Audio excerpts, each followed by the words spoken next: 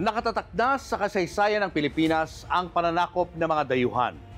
Pero paano kung kailanman ay hindi nakatapak sa isla ng Humunhon si Magellan?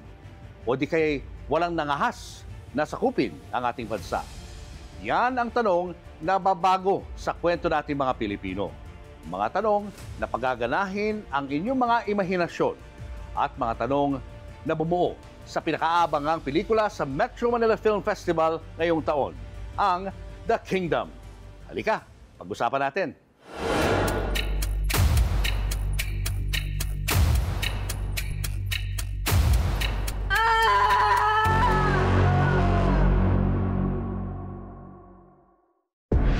In your remaining days as ruler, what more do you wish to gain? Magkabilaan ang mundo.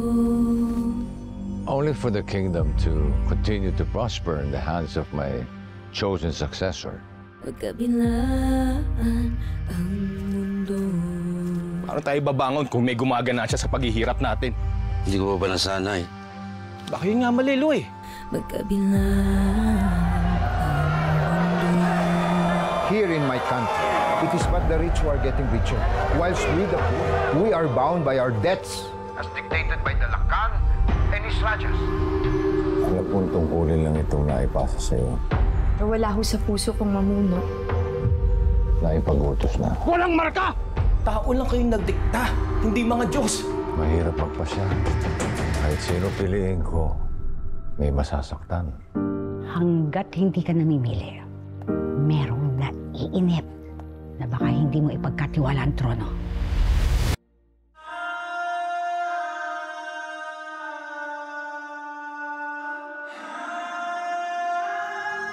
Putong daging to.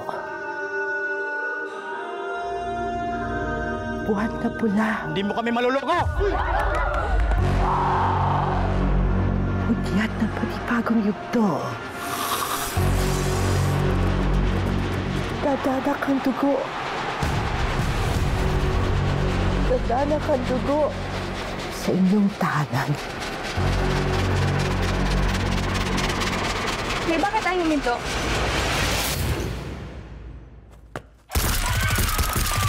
Ikaw ang aking katiwalang binasbasan. Isa akong tinatwa. Walang tinta sa balat. Akin yung bibili ng anak niyo sa isang tulad ko. Wala sa tinta ng katawan ang pinta ng puso.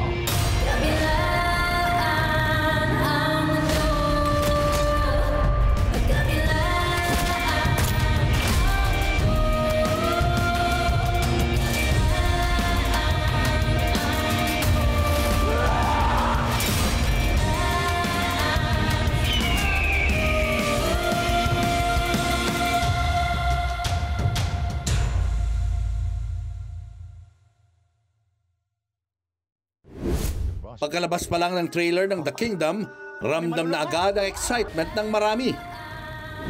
May napatanong na nga ng paano kung di tayo kailanman nasakop ng mga dayuhan. Itong isa, napawaw dahil sa pagiging kakaiba ng kwento. Ito namang isa, napaisip din na baka nga ganito tayo kung di nasakop ng mga Kastila. May nagulat din.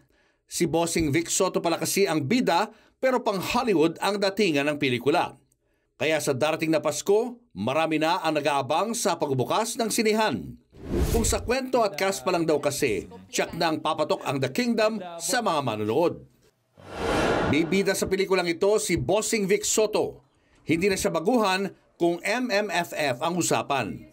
Pero ibang bossing ang tiyak na mapapanood sa The Kingdom. Di na lang kasi siya boss kundi isang hari. Siya si Lakan Makisig, ang pinuno ng Kingdom of Kalayaan. Yan na rin ang pangalan ng bansa sa pelikula na hindi na mula sa bansag na Pilipinas. Nahango naman sa hari noon ng Espanya na si King Philip II. Kasama ring bibida sa pelikula ang premyadong aktor na si Piolo Pascual. Gaganap naman siya bilang isang magsasaka na may mahalagang bahagi sa kwento, partikular sa pamumuno ni Lakan Makisig. Pero hindi lang si Bossing Vic at Papa P ang kailangang abangan sa pelikulang ito. Bahagi rin ng cast sina Sid Lucero bilang si Magat Bagwis, Christine Reyes bilang si Dayang Matimyas, at Sue Ramirez bilang si Dayang Luwalhati. Sila ang mga anak ni Lakan Makisig. At isa sa kanila ang susunod na magiging pinuno ng Kingdom of Kalayaan. Pero sino nga ba sa kanila ang susunod sa yapak ng kanilang ama? This is my first time to do a serious movie from start to finish. Walang comedy, walang patawa. It's a family drama that nobody has ever seen before. Kaya galing na galing ako dun sa concept kasi parang, wow, oo nga no, ang daming sumakop sa bansa natin pero wala man lang nakaisip. Ano kayang itsura ng Pilipinas kung hindi nangyari ang lahat? The first time I found out about the whole story, I called all of my friends and family who would be interested in the concept alone. I was like, Tito, you should hear this. And then I told them, I was like, oh, that's interesting. I've never heard of anything like that in the Philippines. I know. Paano nga kung hindi tayo nasakop ng kahit sino? Eto sana tayo dapat. May sarili tayong culture na walang influence ng iba. The story itself is solid. Pag gumagawa tayo ng pelikula, we want to be able to feel yung eagerness mo to know about the film. And I can safely say, that with The Kingdom, uuwi ka na mag-iisip na ano ba talagang pwedeng nangyari sa buhay natin mga Pilipino if given a chance. Growing up, I've always loved an alternate world of ours. And for us to recreate the world and make a movie around it, it just tells us that as filmmakers, the country, the Philippines, they're beginning to move out of the box. I love it. I love any form of filmmaking which is outside what we've been doing the past 40 years. Sumasalamin din dito yung iba't ibang anyo ng mga tao sa current situation natin na makikita din natin na minsan maraming mga tao na nadadala dahil sa power. I think it's important for us moviegoers to see something that would make us feel the what if in our life. Probably an alternate universe if we were not conquered. These are the things na maganda siya panoorin because makakaroon ka ng self-reflection as well. Ang ganda rin siguro, ano kayang itsura? Ano kaya yung pride natin? Ano kayang itsura ng pagiging makabayan natin kung hindi tayo nasakop ng ibang bansa? Kung naging monarchy tayo, eto yun. Is it good? Or maybe bad? Makikita nila sa pelikula. Sino ba naman ang hindi ma-excite kung maging ang cast ng pelikula sabik ng ipalabas ang The Kingdom? Nabuo ang pelikulang ito sa direksyon ni Michael Tuviera. Kasama rin niya sa pagsusulat si Michelle Munario. Produced by APT Entertainment, M-Quest Ventures at MZ Television Productions. Ang pelikulang The Kingdom ay bahagi na ika-50 Metro Manila Film Festival. At napag-uusapan na rin lang ang excitement, alam niyo bang nag-ala fanboy si Piolo nang malaman niyang si Bossing Vic Soto ang makakasama niya sa pelikulang The Kingdom?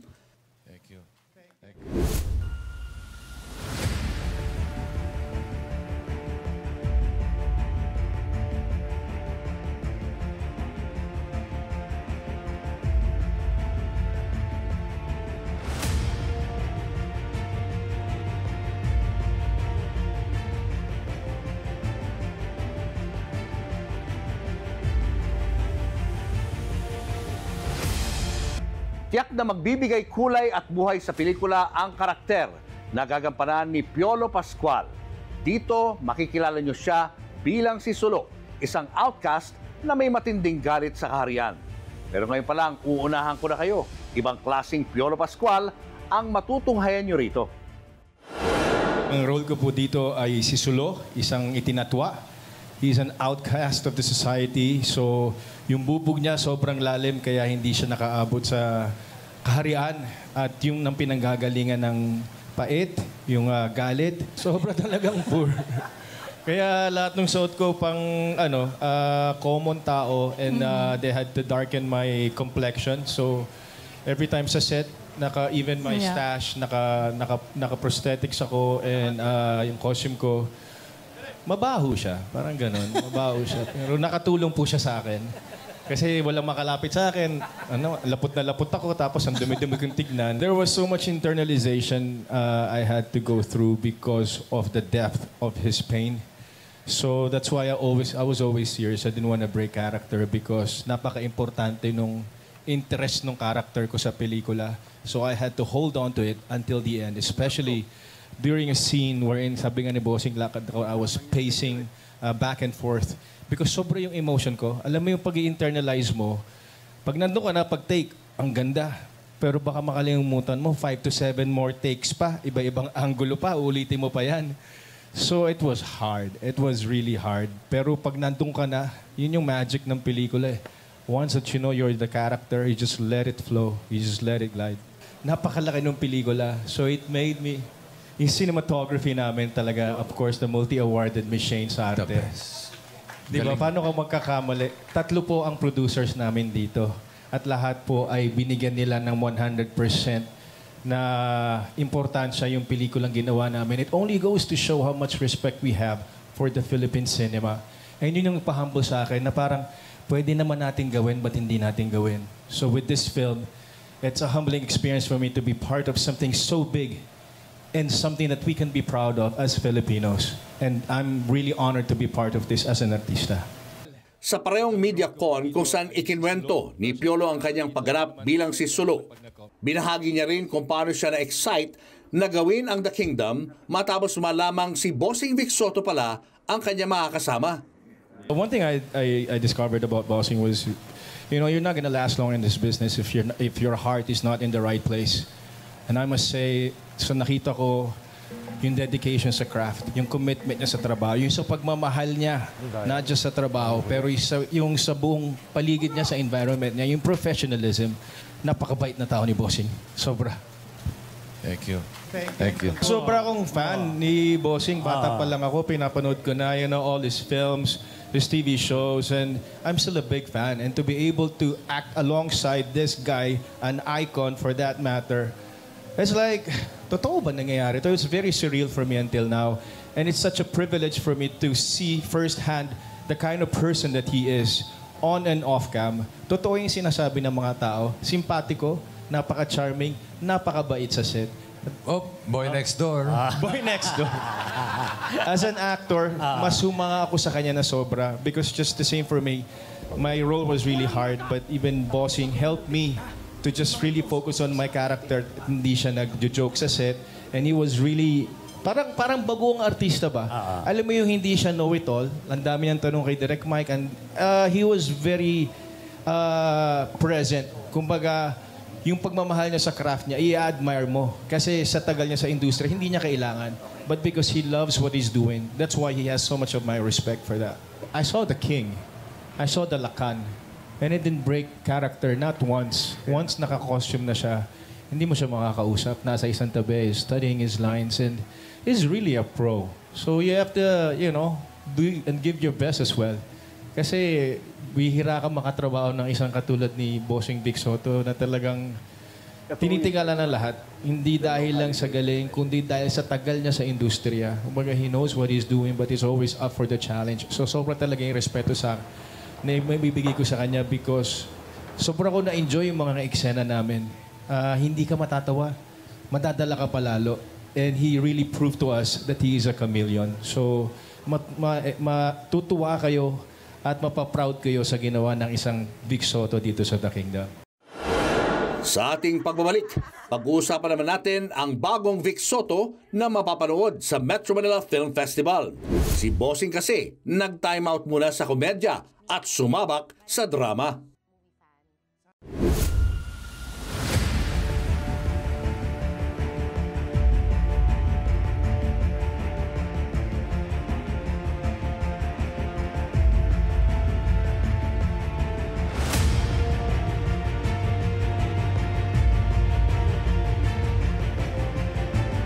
Iskul Bukol, Okay Ka Ferry Ko, Enteng Kabisote, ilan lang po yan sa mga pelikulang na mayagpag ang pangalan ni Bossing Vic Sotto.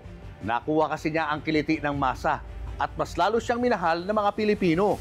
Mga pelikulang nagpatunay kung gaano kahusay sa pagpapatawa at pag-ibigay ligaya sa mga manonood si Bossing. Pero sa pelikulang The Kingdom na mapapanood natin simula Pasko, marami na po ang naiintriga. Paano kaya bibiyang buhay ni Bossing ang seryosong karakter ni Lacan Makisig? Ako yung king ng Kingdom, si Lacan Makisig. Ang Lacan na naiipit sa dalawang mundo. Mundo ng tradisyon at heritage at kultura at mundo ng pamilya yung mga tunay na nararamdaman na galing sa kanyang puso. So nandun sa gitna. Hindi niya alam kung ano papaboran niya. Tradisyon ba? O yung sarili mong pakiramdam sa buhay. I've been in this business for more than half of my life. And this is the first time na namulat ako sa tunay na buhay ng artista. Well, I've done television shows, I've done movies before, quite a number of movies. But this is the first time na I wouldn't say nahirapan ako, but it's the first time na na-challenge ako. As in, challenge talaga. I mean, you know, like in my character, I can't even raise my eyebrows. Yung ganon. I can't even say, eh. Yun, doon ako komportable. And aalisin mo ako sa comfort zone. That was really hard work for me. And credit goes to my co-actors. And of course, my director, Direct Mike. We would go over the sequence before we shoot it. I have so many questions. Can I raise my hand? Can I do this? Can I do? No, I cannot. I cannot raise my my voice. I have to change my voice. Lakan na kailangan mamili sa kanyang mga anak kung sino ang susunod na mamumuno sa Kingdom of Kalayaan. Iyan ang desisyong kailangan pag-isipan ni Lakan Makisig. Si Bossing Vic Soto kaya? Ano naman ang kwento kung paanong napapayag siyang gumawa ng isang seryosong pelikula? Hindi rin kasi biro ang paglipat mula comedy papunta sa drama. Medyo nasyak ako. I had, medyo nagdalawang isip ako kasi it's a serious film. Sabi nga ni Direk, it's a non-political, political film. Parang, I was asking myself, bagay ba sa akin? And another question was, kaya ko ba to? And then, till finally, medyo parang okay na sa akin. I asked him, sino mga kasama, sinong cast? Sabi ni Direk, we're negotiating with Piolo Pascual. Okay, go na tayo. I just want to share with you a story with my kids. There was one time we had dinner out, and all my kids were there, the older ones, which means Danica, si Oyo, si Biko, si Paulina, and Tali as well. And sabi nila sa akin, Dad, gumawa ka naman ng serious movie. Yung tipong, yung mala Godfather, yung medyo may pagkabili ng dating. Sabi ko, I'll think about it. So dumating yung concept, dumating yung proposal ni Direct Mike. I think, so I said to myself, eto na yun. Eto na hinihingi ng mga anak ko. It's something out of my comfort zone. It is an out-of-the-box concept. That's why I decided I want to do this. So this is one pagkakataon na hindi ko kayang palampasin. At yung bonding namin ni Piolo, I was asked before, kamusta bonding nyo? Hindi kami nagbabanding. Kasi hindi ko siya kilala eh. Yung character niya, as Lakan, I don't know him. Wala siya. Tinatwa ito eh. Tinatwa is, in English, is outcast. So wala akong pakialam sa kanya. It just so happens, pag malapit ng yung climax ng istorya, doon kami magtatagpo. Doon kami nagbanding. Sumobra ang banding namin. rurok na yung naging bonding namin. Sa akin, yeah, it's like what Bossing said. It was really hard to mingle with everyone, not just with each other, because we had to be in our character, be focused. So even sa set, tig-isa-isa kami kasi kailangan nakafocus kami sa gagawin namin. It was a fun film to shoot, but it was really hard because of the lines, because of the costumes, because of the set, because of the pressure. So I think we were all doing some sort of a method just for us to get into our character and make sure na hindi kami magbe-break ng character. So we never had a chance to talk with each other. We never had a chance to bond. And it worked well for the film. Kasi kinailangan namin yun para in the end, pag nakita na kami, makikita namin yun, kung ano talaga yung kailangan namin sa isa't isa. Pero I've always been a fan. So nakikita ko pa lang siya, sabi ko para ako nangangarap. It was like living my dream, na makasama ko yung isang Vic Soto. So wow. Ako isa lang na-discover ko. I've heard about this guy before. Magaling daw ng artista, ganyan. Napatunayan ko that he is a seriously good actor. As a matter of fact, in one of the sequences that we were together, medyo pinapanood ko siya nung wala akong take. Medyo fanboy mode ako eh. Totoo yun, totoo. Pinapanood ko na siya. Ang galing! Ang haba ng dialogue pero hindi siya nagkakamali. Ako kapraso lang, bumabakil pa eh. So, yun na napatunayan ko na seriously good actor. Not just a good actor, he is a good person. In and out. Magaling ito. Thank you, Bossy. Maya-maya lang, sisilipin naman natin ang pelikula sa likod ng kamera. Susubukan din nating malaman kung sino ang nagtulak para matuloy ang proyektong The Kingdom. Diyan lamang po kayo, magbabalik pa ang The Making of The Kingdom.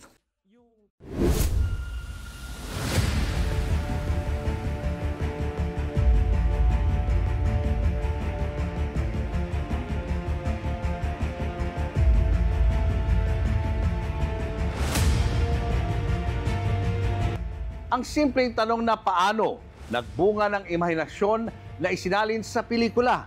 Ilang araw na lang ay mapapanood na po natin ang The Kingdom sa mga sinehan sa buong bansa. Pero para mas maintindihan natin kung ano at para saan nga ba ang The Kingdom, kailangan po nating pasukin ang isip ng mga taong nasa likod ng kamera at pelikula. Dahil ang bawat salitang binibitawan at bawat eksenang pinaghihirapan ng cast, matinding pinag-aralan at isinulat. Isama pa sa pagtatahi, pag-i-edit at pagsisiguro na dekalibreng pelikula ang mapapanood sa Metro Manila Film Festival. Kung maibabalik siya, kaya kong talikuran na lahat. Pagpupugay sa mahal na hari, siyang may dugo ni Bathala. We wanted to make a non-political film about politics. That's why yung pinaka-seed or yung pinaka-soul nung pelikula is really still about family. And yun yung parang nabuhay na dun yung kwento, yung nabuo na namin yung mga characters. But at the end of the day, it's still all about family. And in terms of yung challenge, I think one of the biggest inspirations sa amin in terms of the sequences, I think is sequence 1. Yung sequence 1 kasi, establishing. Yeah, ano siya eh. I can't really speak most about it, but it took about 4 or 5 months to set up. Humingi kami ng tulong sa Philippine Navy. It was very, very difficult to make. And you guys will see it. Yun yung pinakaunang eksena ng buong pelikula. But other than that, technically that was the hardest. Pero other than that, any scene, nakasama yung buong pamilya. Kasi yung dynamics, I think, yung parang komplikado talaga i-direct. Right. Kasi everything else is technical. Pero in terms of yung emotion, yung relationship nila sa isa't isa, nandun yung puso ng pelikula eh. We wanted to do a project na mag-i-inform sa electorate. Naisip namin na gumawa ng isang palabas na magsasalamin nung ganon, yung sentiments ng ating mga kababayan and inspire them to think critically about their future, about their country. Ang pelikula ay Uncolonized Philippines. And I said yes, right there and then. I normally speak with my mentor, si Roddy Lacap. Sinabi ko yung kwento sa kanya. Ang sabi lang niya sa akin, wala ka ibang choice kundi pagandahin yan. Because I don't think you'll ever be offered another film such as that. We wanted to present an alternative Philippines. We were also very conscious of the world-building aspect of this concept. We worked with a couple of professors who are experts in history and anthropology of the Philippines. So medyo guided kami by actual data. Ito yung hindi masyadong alam ng maraming Pilipino, yung ating glorious past. Ginawa na ito nila Dr. Jose Rizal, nila Andres Bonifacio. Binalikan nila yung glorious past para ma-decolonize sila laban sa pananakop ng Espanya. So tayo din, ginagamit natin ang ating glorious past, yung panahon ng mga Lakan, para ipakita natin sa mundo na matayog ang ating kabihasnan bago pa man tayo sinakop ng mga Kastila. There was a need to ensure that we were familiar with the pre-colonial culture and what aspects of that culture can realistically be brought into the present day. Sa ating kultura sa nakaraan, maraming unknown kasi hindi naman lahat dinescribe ng mga Kastila sa pagkadating nila. Dito na pumapasok yung merong basis pero kinakailangan meron ding artistic license. Yung makikita natin sa screen, yun na yung parang combination ng napag-aralan namin as truthful historical fact at yung mga what if na dinesign na namin based on mga feeling namin ito yung gagawin sana. Ang gusto namin gawin is that all created decisions will be grounded, will be based on something, that we don't create things out of nowhere. Isang malaking importanteng element pa is yung wika na ginamit. We were very conscious na it become Tagalog pero hindi rin naman siya ma-alienate yung audience. So we incorporated pa rin influences from other countries kasi hindi naman ibig sabihin na hindi nasakop ay hindi tayo naging bukas sa ibang kultura. Let's talk about the production design. Hindi siya yung nag-design lang para maganda sa mata. Yung mga tattoo. Ang Lakan, the more tattoos, the higher you're placed in the society. May shot na full body. So yung full body ko, kailangan may tattoo. It took us about 4 hours to do it. Challenge you. The creation of the palace, so what drives the architecture for uncolonized Philippines. So I had to study economics as well, how our trade came in with India and China, as well as our Austronesian lineage. Sa costume design, it's really more our own and not so much Western influence. Marami pa rin mga nakasuit, modern outfits. Pero when it comes to special events of the royal family, they had to wear inherent costumes or outfit. We can't actually reveal who wears the queen costume because you will see it in the last 2 minutes of the film. But obviously, the king's costume is with Bossing. Spoiler alert pala yun, ma'am. Ito na ang pinaka-casual ko. Casual na yan, bossing, eh? Hindi, totoo. Opo, Tata. Hey, totoo. Oo, ito na pinaka-casual ni Lakan Makisig. For every occasion, iba yung suot niya. Pag... Spoiler alert din. Pag spoiler alert eh. Whatever you can say, but it helped me a lot. Lalo na sa posture as a kid. Kasi kailangan hari ang dating mo. Yes. Nag-internalize ka with Hindi pwede nakaganon na parang enteng kabisote lang. Hindi pwede.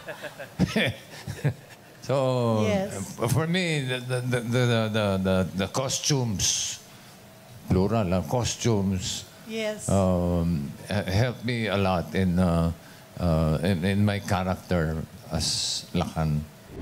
Dahil Alternative Philippines ang pinapakita ng pelikula, hindi pwedeng walang special effects at pangmalakasang set na babagay sa kwento. Importante kasi na maipakita na ito ang posibleng itsura ng Pilipinas kung hindi nagkaroon ng kolonyalismo. Pero hindi lang sumandal sa imahinasyon ang basehan ng set. Isinaalang-alang kasi ang mga nakagawian at tradisyon ng mga ninuno natin bago ang pananakop ng mga Kastila. Paano kasi kung hindi ito nabago at mas napayabong pa sa mga dumaang siglo? Yan ang ganda ng Kingdom of Kalayaan.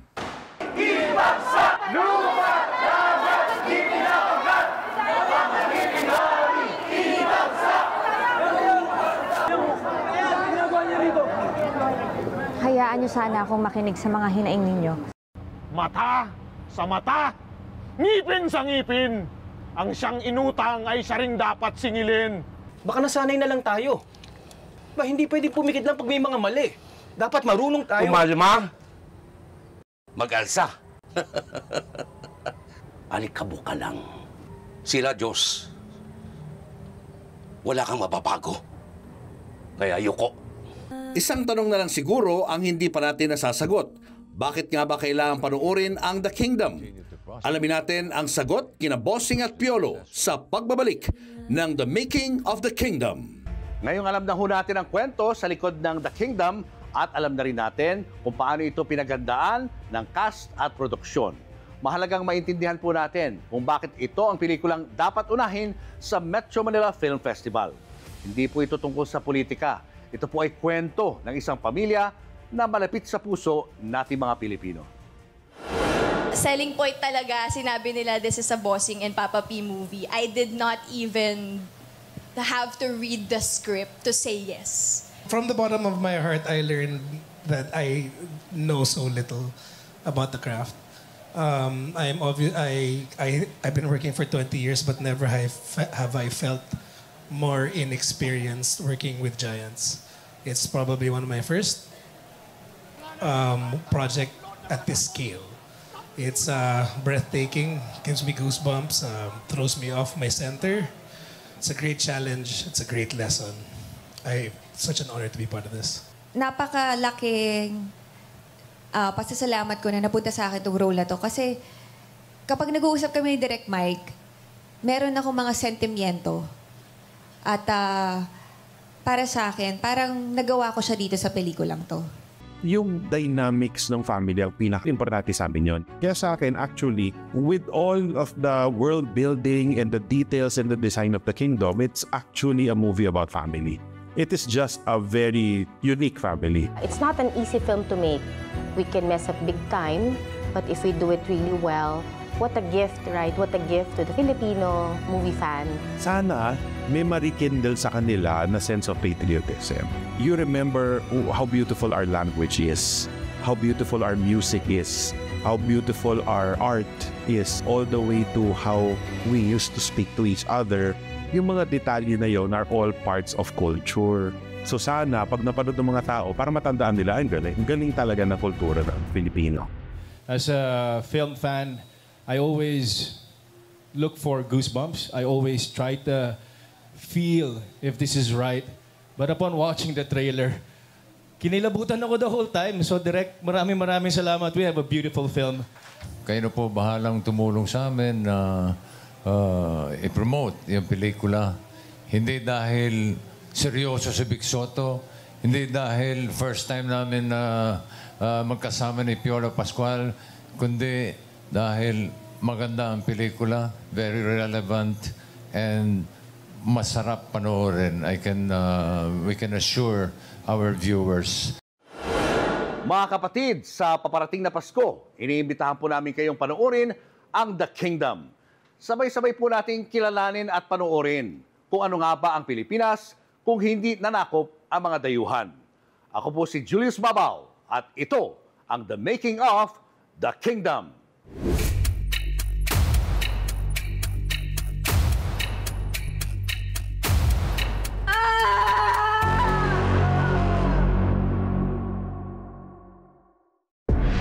In your remaining days as ruler, what more do you wish to gain? Magkabilaan ang mundo. Only for the kingdom to continue to prosper in the hands of my chosen successor. Magkabilaan ang mundo. Paano tayo babangon kung may gumagana siya sa paghihirap natin? Hindi ko pa nasanay. Baka yun nga malilo eh. Magkabilaan. here in my country, it is but the rich who are getting richer, whilst we the poor, we are bound by our debts as dictated by the Lakan and his rajas. Ano pong tungkulin lang itong naipasa sa'yo? Wala ho sa puso kong mamuno. Naipagutos na. Walang marka! Tao lang kayong nagdikta, hindi mga Diyos. Mahirap magpasya. Kahit sino piliin ko, may masasaktan. Hanggat hindi ka namimili, merong naiinip na baka hindi mo ipagkatiwala ang trono.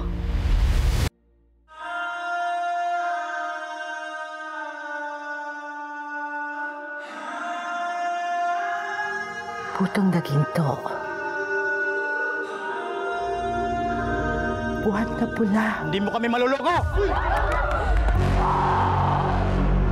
Hudyat ng panibagong yugto. Dadanak ang dugo. Dadanak ang dugo sa inyong tahanan. Bakit tayo huminto?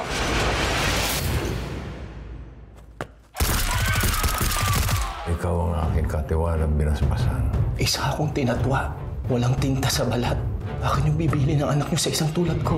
Wala sa tinta ng katawan ang pinta ng puso.